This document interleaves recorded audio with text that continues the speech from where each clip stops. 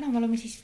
väga korralikus kasvuhoones, mille kohta küll omanik ütles, et see on algaja oma, et ärge vaadake, kuid tegelikult tulekski siin just hoopis ringi vaadata, sest vaatamata algajale aednikule on siin kõik vaatamata hilissügisele väga hästi korras.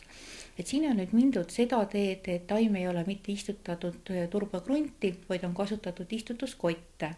Ja selleks, et endal oleks lihtsam ja taimedel tegelikult tunduvalt mugavam kasvada, on siin kasutatud kasvmissüsteemi, mis tomatite ja kurkide puhul kasvuhoones on tegelikult, ütleme, et peaaegu vältimatu, sest muidu me oleme selle kasvuhoonega igapäevaselt kinni.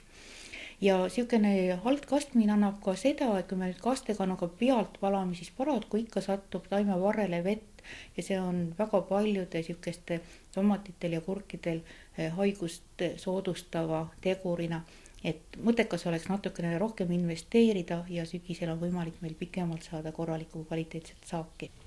Siin on nüüd praegu, nii nagu ma ütlesin, hilissügis,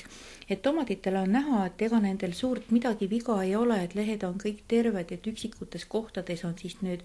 erinevaid selliseid seenhaigusi näha, siin on pruun mädanikku pisut. Aga siin on ka olnud selliseid parajaid kahjureid, näiteks on siin paprikalehed ära söödud ja kätte saime ka sellise ilusa tumerohelise ussi siit, kes on siis nüüd väga apla isuga neid lehti siin söömas. Et tegelikult on nüüd röövik ja kasvuhoones nagu mürke ju kasutada ei taha, et neid võiks kõik tegelikult üles otsida ja vaikselt siis öeldakse ebaviisakalt küll lömastada, et mürgiga ei ole mõtet neid nüüd taga hakata ajama. Aga siin kasvuhoones on ka mureks olnud kedriklest see aasta, et kurgid on siit nüüd juba välja visatud, sest nendel oli hästi palju peal, aga siin ka paprikalehtedel leiab alt nii lehetäid kui kerget kedriklesta kahjustust. Et mida nüüd sellise kasvuhoonega peale hakata sügisel? Et kui siiamaani me oleme harjunud kasutama, olid sellised kliimapulgad või väävlipulgad, mida siis kasvuhoonetes põletati, siis tänapäeval ta nüüd enam lubatud taimekaitsevahendite hulgas ei ole, kuid on asemele tulnud päris hea pestkemikaalile on kasvuhoonete septik, millega siis kasvuhoone tuleks siis, kui taimed on välja viidud korralikult, siis puhtaks pesta, et selleks võib kasutada ka näiteks mürgipritsi, et sinna tuleb siis surve sisse ja siis on nagu lihtsam saada kõik need ja just jälgida need klaasi ja raami vahed saaksid kõik korralikult nagu puhtaks. Aga muidugi ta ei aita nüüd, kuna siin see kedrik on olnud, siis selle vastu tuleks teha ikkagi eelnevalt ära siis nüüd pritsimine ja on olemas spetsiaalne taimemürk Vertimex, mis on siis nende kedriklestade vastu, aga abi saab ka, kui kasutada mürki nimega Karatese on.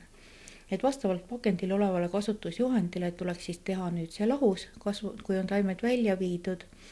ja kasvuhoone ära pritsida. Iseenesest muidugi oleks kasulik ka need välja viidud taimed, ennem kui me need komposti hunnikusse tegelikult ära pritsime, sest see kedriklest jääb siin taime peal ellu ja ta on meil järgmine aasta aias juba olemas.